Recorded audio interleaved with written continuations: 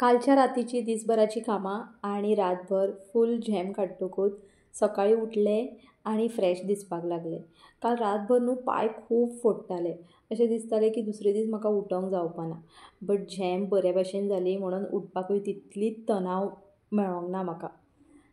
So hello everyone, welcome back again. आनी आयज परतून हांव तुमच्या बरोबर रुटीन म्हाजो आयचो सकाळचो शेअर करता. एक्चुली डेली म्हाका व्लॉगिंग करपाक मेळना, तेज्या फाटल्यान एक कारण आसा, तें हांव तुमकां नक्की सांगतलें. बट ताज्या पयलीं उठलें, फ्रेशन अप जालें आनी म्हाजें किचनान येयलें हांव. एण्ड काल न्हू खुबशीं आयदनां आसलीं. देन म्हटल्यार थोडीशीं म्हटल्यार टॉबानूय आहलीं. आयदनाचे जे म्हजे बास्केट कशें आसा तातूंतय आहली आनी थोडीशीं सायडीकूय धुवन दवरलेली. बिकॉज रातभर न्हू म्हाका अशें जातालें की काम करून करून फूल आयदनां म्हाका स्टँडाचेर सेट करपाक टायमूच मेळोंक ना. हांवें म्हटलें सकाळीं हें सगळें काम करून घेवया. ताका लागून सगळीं आयदनां बीन स्टँडाचेर लावन घेतलीं. आयदनां सगळीं लावन घेतलीं आनी उदक बीन क्लियर केलें. मागीर म्हटलें च्या पिल्लीशी करया. च्या करपाक वयता जाल्यार च्या पत्ती म्हजी काबार जाल्ली. सो तो जो बारीकसो डबो आसलो तो फूल रिफील करून घेतलो. एक्चुली सोसायटी टी पावडर हाडटा आमी, बट विशालान गेल्लें हांव. जायतीं व्हडलीच पॅकेटां आहलीं. हांव नकळो लायक स्मॉल पॅकेटां कित्याक दवरिना, म्हटल्यार व्हडलीच घे आनी बिलां तुमची 3-4 हजाराचें करा. सो हो बारीकसो म्हाका रेड लेबलचो बॉक्स दिसलो, तो घेवन येयलो. एट दी एंड कित्याक आमकां म्हटल्यार खंयचीय कितें पावडर घाला, येस तातूंत वरायटीज आसतात, ती कितें कितें घालीत आसता, बट रेड लेबल घेतलो स्मॉल बारीकसो बॉक्स.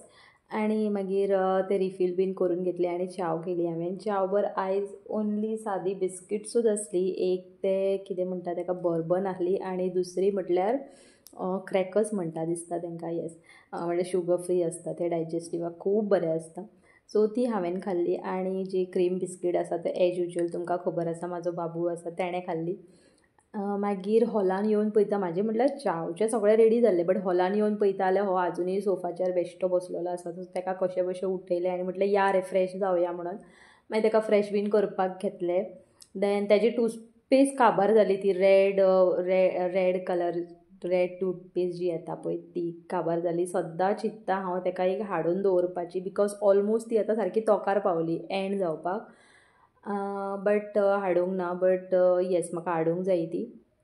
देन फ्रेशन अप जाली, च्या बीन दोगांय जाणांनी घेतली आमी. तो स्पेशल टायम आसता आमचो खबरी मारपाक. मागीर काल विशाल मेगा मार्टांतल्यान न्हू मखाने हाडलेले हांवें. जायते म्हटल्यार विडियोजान बीन पळयता हांव, लायक मखाने is very good for our body. म्हटल्यार जे हाडां आमची आसता, बोन्स आसता, ताका कॅल्शियम मेळपाक that are very much good. म्हणून म्हटलें एक बारीकशें पॅकेट घेवन एक बेश्टी ट्रायल मारया. बट जालें अशें, म्हाका तें कशें कितें करपाचें तें खबरूच नासलें. मागीर युट्यूबाचेर पळयलें आनी येस करून ताका टिफीन बीन पॅक केली. एंड म्हाजो चेडो स्कुलाक वचपाक चल्लो भायर.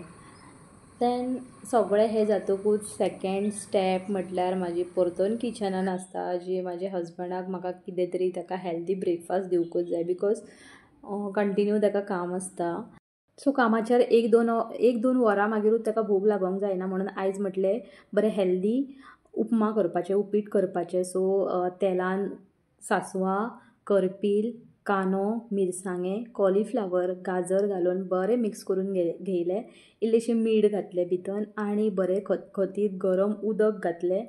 अशें तुमी करून पळयात, खूब बरें आनी खूब टेस्टी लागता. देन इल्लो इल्लो शिरो तातूंत घालून बरो मिक्स केलो. इल्लो इल्लो घालपाचो आनी मिक्स करपाचो, कित्याक एकूच फाटी घालतकूच तातूंत गांठी धरता. बट येस, टीप दिता की शिरो न्हू पयलीं मातसो तेलान खरपूस मातसो ब्रावन कलर जायत म्हणसर भाजूंक जाय. आनी हें सगळें उपीट बीन रेडी आहलें, ताका इल्लेशे थोडे मखाने दिले. म्हटल्यार आमी ट्राय मारया, हांवेनूय केन्ना खावंक नासलें, even though my husband also. Then बरी कडक च्या बीन केली. एंड ताजें जातकूच बेडरूम सेट करपाक घेतलें. जे कितें चादरे गोड्डे बीन आहले बरे घडयो मारून सायडीन दवरले. And as usual full bed clean करून घेतली. झाडू मारता वयर ती सेपरेटूच झाडू दवरलेली आसा. हांव घरान जी यूज करता ती केन्नाच हांव बेडाचेर मारिना. ही म्हटल्यार ऑलरेडी पयलीं यूज करतालें हांव, बट बेश्टें उडोवन दिवपाक पडटा म्हणून ही आतां सेपरेट दवरली, बरी धुवन बीन दवरली. आनी ताज्या मागीर हांव बेडाचेर यूज करता ती झाडपाक. अशें केल्यान म्हटल्यार मागीर न्हिदपाकूय बरें पडटा, कित्याक उकतें बीन सपोज आमी म्हटल्यार दादल्यांक संवय आसता न्हू उकतें बीन बेश्टें न्हिदपाचें टी शर्ट काडून. तेन्ना बेश्टे कितें तोपलेले भशेन बीन जाता कचरो देखून बीन आसल्यार. सो ताका लागून बेश्टे अशें झाडून घेता. बेडशीट काडूंक शकना बिकॉज सायडीन न्हू इलास्टिक्स आसा. सो ती बेडशीट बरी सेट जाल्ली आसा म्हाज्या कितें म्हणटा ती गादयेक बीन. आनी बेडरुमांतले सेट सगळे जातकूच हॉलाचो फूल कितें पसारो आसलो तो क्लियर करून घेतलो आनी खुबसो कचरो जस्ट ऑफ माय चायल्ड तो कितें ड्रॉईंग आनी कितें कितें करता, पेपर कट करता, क्राफ्ट हें तें तेजें चालूच आसता. सो सगळी सान मारून बीन घेतली आनी हॉल जेन्ना क्लियर जाता न्हू तेन्ना खरेंच इतलें बरें दिसता. लायक बिकॉज कोणूय येतकूच फर्स्ट एंट्री तेंची हॉलानूच आसता. सो तो एक पार्ट क्लीन दवरतकूच आमकांय बरें दिसता आनी कोण आमगेर झप करून येयलो जाल्यार तांकांय मातशें एक बरें दिसता. लायक इम्प्रेशनूय बरें पडटा न्हू. सो काल न्हू विशाल मेगा मार्टांतल्यान आनी एक वस्तू हाडली म्हटल्यार 3ूच कुंडे हाडले. म्हाका जाय तितलेच हाडले. एक हितून हांवें गंजन लायलें जे च्यावेक हांव यूज करतलें. दुसऱ्या हितून हांवें न्हू कितें म्हणटा ताका कोडू पानां आसता किरायते, येस किरायते आसता ते लायले. आनी तिसऱ्या हितून हांवें हरयाळी हाडली ती लायली बिकॉज केन्नाय पुजा बीन करता आसतना गणपतीक हांव दवरूंक शकता. बिकॉज संकश्टी हें तें कितें बीन आसल्यार चडशें हांव देवाचें अशें हें करिना, दिवोवाद दाखयता. बट उपास तपास म्हाका जायना. बट येस मातशी एक हरयाळी हाडया म्हटलें बिकॉज मिली बीन आसा न्हू. सो माजरांचें कशें कितें पोटान बीन जेन्ना कितें दुखता बीन सो तें एक वखद आसता. खूब टायम हांवें खूब फावटी हांवें नोटीस केल्लें आसा. सो तें ताजें एक काम जातलें आनी म्हाजेंय जातलें. दोन हाका युजफूल जातलें. आनी आयज सॅटर्डे आसल्या कारणान न्हू हांवें चिंतलेलें की आमचें जें पयलींचें घर आसा थंय हनुमान मंदीर आसा न्हू थंय आयज बरें मातशें फ्रेश जावन साडी बीन न्हेसून म्हाका वचपाची खूब उमेद आसली. गेले ते 1.5 म्हयन्या भितर हांव सॅटर्डे विजीट करतालें बट बेश्टेच वचून येतालें हांव. बट येस पयलीं हांव जेन्ना बीन विजीट करतालें तेन्ना साडी बीन न्हेसून. सो आयज अशी एक उमेद येयली की बरें आयज न्हेसून वचपाचें म्हणून. अँड येस घरांतली बीन सगळी पुजा बीन करून घेतली. देव बीन बरें क्लीन केलें. देवाचीं आयदनां धुवंक ना. काल करपाचें आसलें बट तें एक म्हाज्या कडल्यान मिस आवट जालें.